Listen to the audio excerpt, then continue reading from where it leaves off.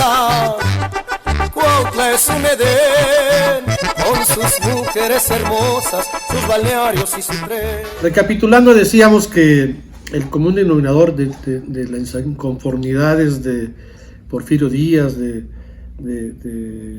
mi reinato, es la tierra,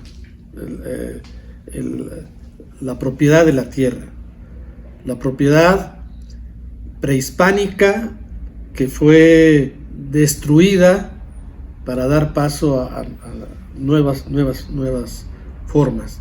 Y recordar que de esos 25 millones de habitantes que había en Mesoamérica, 100 años después, tanto por las enfermedades como por las matanzas, por las muertes de los ejércitos aliados con los españoles, 24 millones fueron muertos. Sobrevivió 1 millón de habitantes. Esto hace, pues, reflexionar la forma tan dramática de vivir en ese entonces, y luego la forma en que fueron explotados y sojuzgados con los modos estos de las haciendas, y que la caña de azúcar aquí en el centro del país, y en Morelos básicamente, si vamos a la carretera a Cuernavaca, la libre o la vieja que va hacia Cocoyoc, por acá por el hospital, ahí se asentó primero el pueblo de Tetelcingo. El pueblo de Tetelcingo ahí tiene sus pozos de agua y ahí tiene sus tierras de cultivo. Cuando fundan la hacienda de la Concepción con el ingenio de azúcar y con los grandes espacios de los establos, los hacendados tenían que ir despojando de tierra, y es cuando el pueblo entero de Tetelcingo lo cambian de lugar más hacia la parte del valle del centro de las Amilpas de Cuautla. El sistema económico de la hacienda de la caña requerían de tierra y el agua.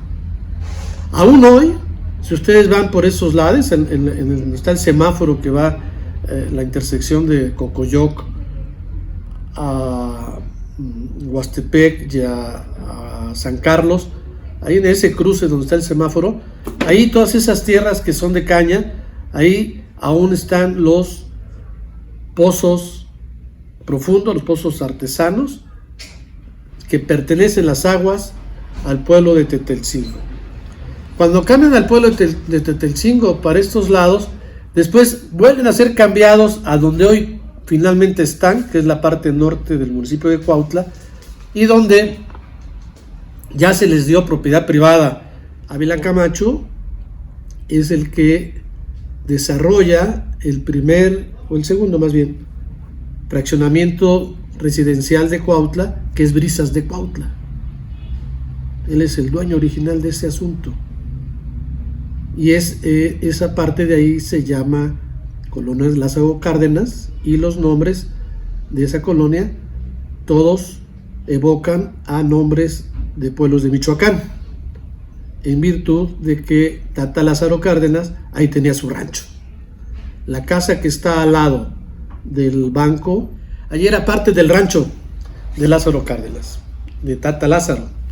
Tata Lázaro fue el que manda a traer al juez del registro civil de Cuautla para cambiarle los apellidos a ponérselos en castizo, en castellano, hispanizado, los apellidos náhuatl de los Tetelcingo, pero son nombres de difícil pronunciación náhuatl, y manda a traer Lázaro Cárdenas siendo presidente de la República, y ahí mismo les va asignando los apellidos, y ahí es como quedan registrados en el registro de Cuautla. Así como ese pueblo, fueron muchos los que fueron siendo despojados y cambiados, y otros desaparecidos. Es cuando surge la inconformidad ya de reclamar las tierras. Emiliano Zapata era parte de, de un movimiento que se estaba dando aquí, y además era el ejército del sur maderista, al servicio de Francisco I. Madero, y el que mandaba era Francisco I. Madero en el sur. Se hace ejército zapatista ya después, y en el norte existe la inconformidad del régimen de Porfirio Díaz, son expulsados y constituyen bandas, los bandoleros. Hay uno muy, Heraclio Bernal, allá por 1880, él es opositor a Porfirio Díaz, y él sí escribe, hace algunas declaraciones escritas contra el régimen de Porfirio Díaz. Y ahí mismo, en ese grupo de bandoleros, nace Ignacio Parra y los hermanos Parra, y ellos hacen su propia banda.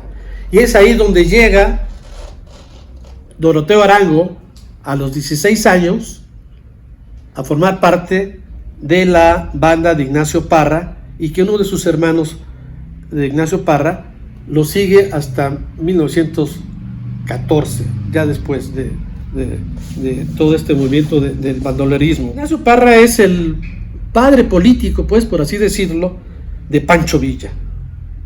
Este personaje, en 1984, a los 16 años, ahí está hasta 1910 como un bandolero que muestra su inconformidad al gobierno de Porfirio Díaz de esa manera, que son demandas muy diferentes, pero que al final, por situaciones de clase, de ideología, convergen.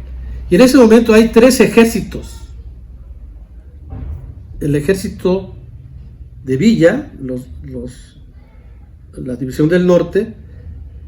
Después ya es el ejército, cuando Francisco Madero ya es presidente, por lo que pelearon los del sur, los que están de Nenecuilco, los que están de Morelos. No le restituye las tierras, sino le dice, el asunto de las tierritas después lo vemos, primero es la democracia, y que a cambio de eso tenía que deponer las armas Emiliano Zapata. No lo acepta Emiliano Zapata, y se hace el ejército revolucionario zapatista. Y el tercero es el ejército constitucional de Venustiano Carranza. El error de Francisco I. Madero allá en la toma de Ciudad Juárez fue haber dejado con vida al ejército constitucional, el ejército que era de Porfirio Díaz. Y son el ejército de Porfirio Díaz los que derrocan al mismo Francisco I. Madero. Ahí se da cuenta Emiliano Zapata, y la gente de Emiliano Zapata, su hermano Eufemio, se dan cuenta de que están tendiendo en una celada Victoriano Huerta. Y entonces él cae en razón de que le está jugando chueco y lo está traicionando Emiliano Zapata, y no, lejos de poner las armas, vuelve la rebelión, se vuelve ahora a hacer un plan, un proyecto. Ahora ya no es contra Porfirio Díaz, el plan de Ayala es contra Francisco I. Madero. Y después de esto ya se unen estos dos ejércitos, que con esto ya vamos, ahora sí, ya a acercarnos cuáles son los motivos de la revolución. Estos son los motivos y cómo desencadenan después. Se despide de ustedes su amigo Joaquín Fernández. Nos vemos en la próxima. Que la pasen. Me gusta mucho mi tierra, tierra de mil colores. Es un jardín muy hermoso donde se dan lindas flores. Qué lindo es Cuautla,